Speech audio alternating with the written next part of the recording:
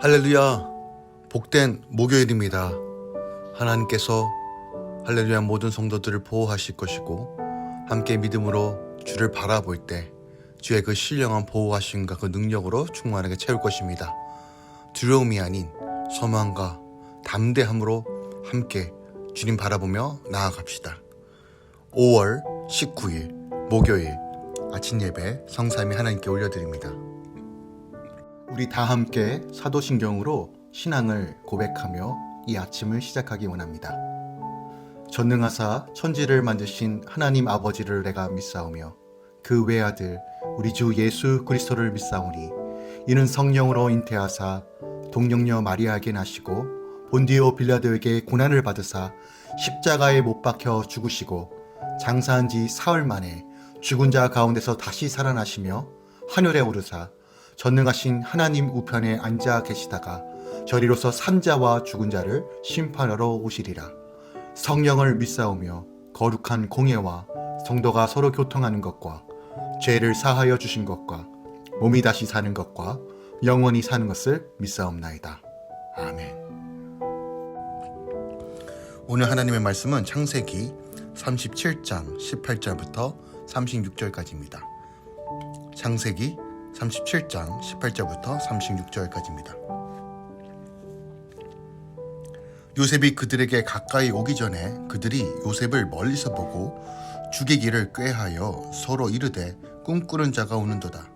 자, 그를 죽여 한 구덩이에 던지고 우리가 말하기를 악한 짐승이 그를 잡아 먹었다 하자. 그의 꿈이 어떻게 되는지를 우리가 볼 것이니라 하는지라. 르우벤이 듣고 요셉을 그들의 손에서 구원하려 하여 이르되 우리가 그의 생명은 해치지 말자. 르우벤이 또 그들에게 이르되 피를 흘리지 말라. 그를 광야 그 구덩이에 던지고 손을 그에게 대지 말라 하니 이는 그가 요셉을 그들의 손에서 구출하여 그의 아버지에게로 돌려보내려 함이었더라. 요셉이 형들에게 이르매 그의 형들이 요셉의 옷 곧 그가 입은 채색 옷을 벗기고 그를 잡아 구덩이에 던지니 그 구덩이는 빈 것이라. 그 속에 물이 없었더라. 그들이 앉아 음식을 먹다가 눈을 들어 본즉 한 무리에 이스마엘 사람들이 길르앗에서 오는데 그 낙타들의 향품과 유향과 모략을 신고 애굽으로 내려가는지라. 유다가 자기 형제에게 이르되 우리가 우리 동생을 죽이고 그의 피를 덮어둔들 무엇이 유익하릴까. 자, 그를 이스마엘 사람들에게 팔고 그에게 우리 손을 대지 말자. 그는 우리의 동생이요 우리의 혈육이니라 하매 그의 형제들이 천종하였더라. 그때 미디안 사람 상인들이 지나가고 있는지라. 형들이 요셉을 구덩이에서 끌어올리고 은 20의 그를 이스마엘 사람들에게 팔매 그 상인들이 요셉을 데리고 애굽으로 갔더라. 르우벤이 돌아와 구덩이에 이르러 본즉 거기 요셉이 없는지라. 옷을 찢고 아우들에게로 되돌아와서 이르되 아이가 없도다. 나는 어디로 갈까. 그들이 요셉의 옷을 가져다가 순연소를 죽여 그 옷을 피에 적시고 그의 채색 옷을 보내어 그의 아버지에게로 가지고 가서 이르기를 우리가 이것을 발견하였으니 아버지 아들의 옷인가 보소서 하매 아버지가 그것을 알아보고 이르되 내 아들의 옷이라. 악한 짐승이 그를 잡아 먹었도다. 요셉이 분명히 찢겼도다 하고 자기 옷을 찢고 굵은 배로 허리를 묶고 오래도록 그의 아들을 위하여 애통하니 그의 모든 자녀가 위로하되 그가 그 위로를 받지 아니하여 이르되 내가 슬퍼하며 수올로 내려가 아들에게로 가리라 하고 그의 아버지가 그를 위하여 울었더라. 그 미디안 사람들은 그를 애굽에서 바로의 신이 대장 보디발에게 팔았더라. 아멘. 하나님의 말씀입니다. 오늘 본문은 야곱의 편파적인 사랑 그리고 꿈 이야기 때문에 형들의 미움을 받은 요셉이 형들에 의해 죽음의 위기를 겪게 되고 마침내 애굽으로 종이 되어 팔려가는 사건이 기록하고 있어요. 요셉의 파란만장한 고난의 삶이 시작되는 부분입니다. 그러나 사실 그것은 아브라함과 언약에 따라 출애굽의 배경이 되는 야곱 일가의 애굽 이주 이루기 위한 하나님의 오묘하신 섭리와 계획이 구체적으로 실현되기 시작하는 순간이죠. 이것은 아브라함에게 약속하셨던 창세기 15장 13절에서 16절에 기록하고 있는 말씀입니다. 요셉은 이스마엘 사람에게 팔려 넘긴 형들이 요셉이 악한 짐승에게 잡아 먹혔다고 아버지 야곱을 속임으로써 야곱이 말할 수 없는 슬픔에 빠져 통곡한 사건도 기록되어 있어요. 본문에서 우리가 좀 알 수 있듯이 죄를 감추기 위한 또 다른 죄를 짓는 요셉의 형제들과 아버지 이삭을 속여 축복을 탈취했던 야곱이 자신의 아들들에게 속임을 당하는 기가 막힌 장면이 본문에서도 보여지고 있는 거예요. 본문은 동시에 요셉을 애굽으로 가는 이스마엘 사람에게 팔아먹는 요셉의 형들의 악행을 오히려 선으로 바꾸사 요셉을 통해 야곱 가족을 구원하시고 또한 아브라함에게 주셨던 약속을 이루시는 하나님의 모습도 우리가 동시에 볼 수 있습니다.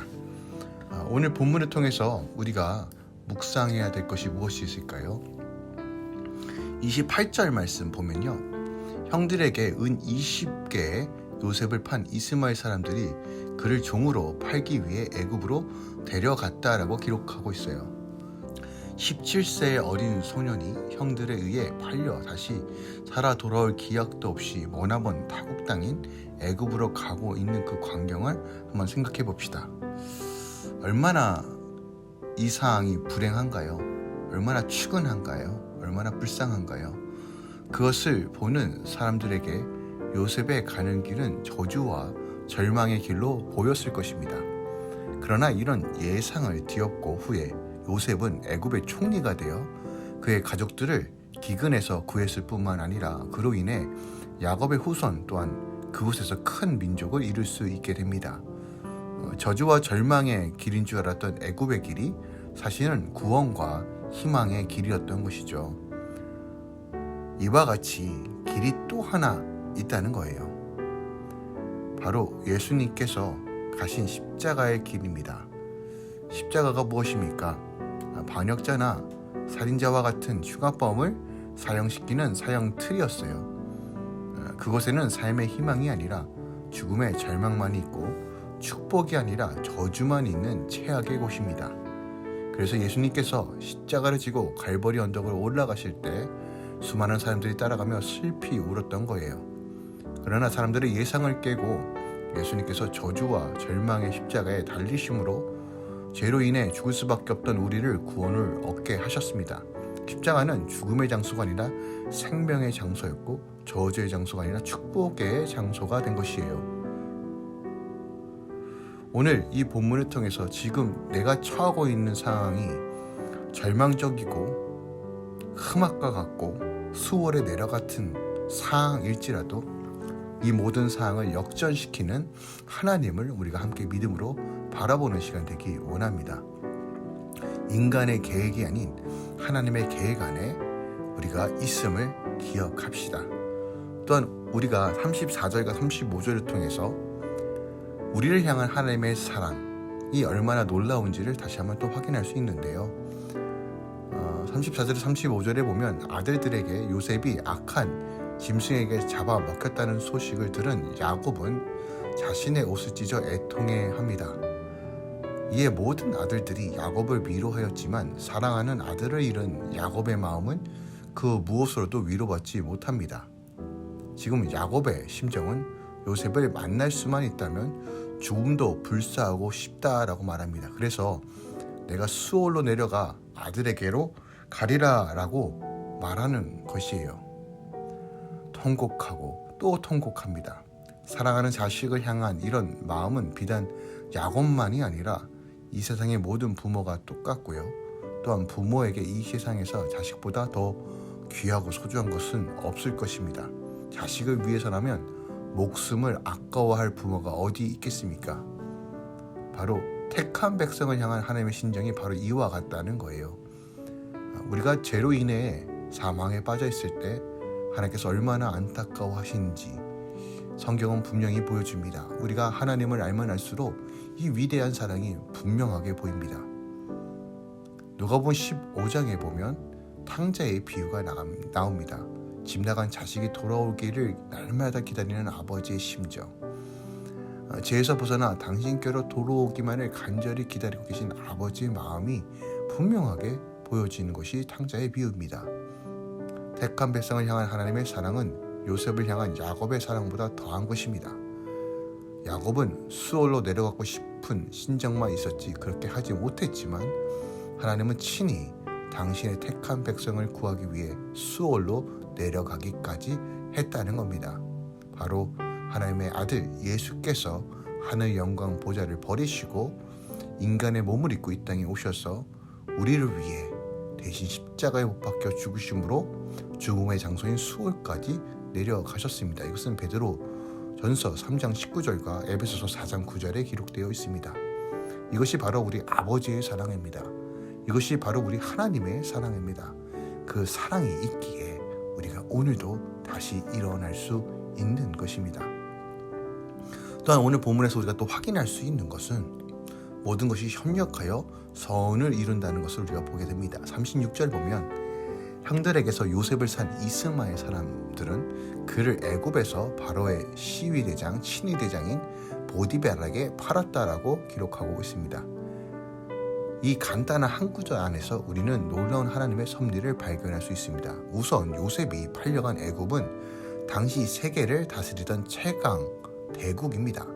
나중에 이스라엘이 큰 민족을 이룰 수 있었던 것도 바로 이 애굽이라는 배경 때문에 가능했던 거예요. 또한 후에 요셉이 보디발의 아내를 강간하려 했다는 혐의로 감옥에 갇히게 되는데 그것은 왕의 제수를 가두는 곳이었어요.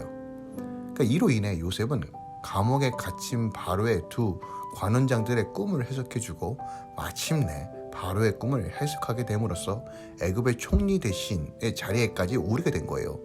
이 모든 것이 직접적으로는 요셉이 애굽 왕 바로의 시위 대장인 보디발의 집에, 친위대장이 보디발의 집에 팔려갔기 때문에 가능한 것이에요.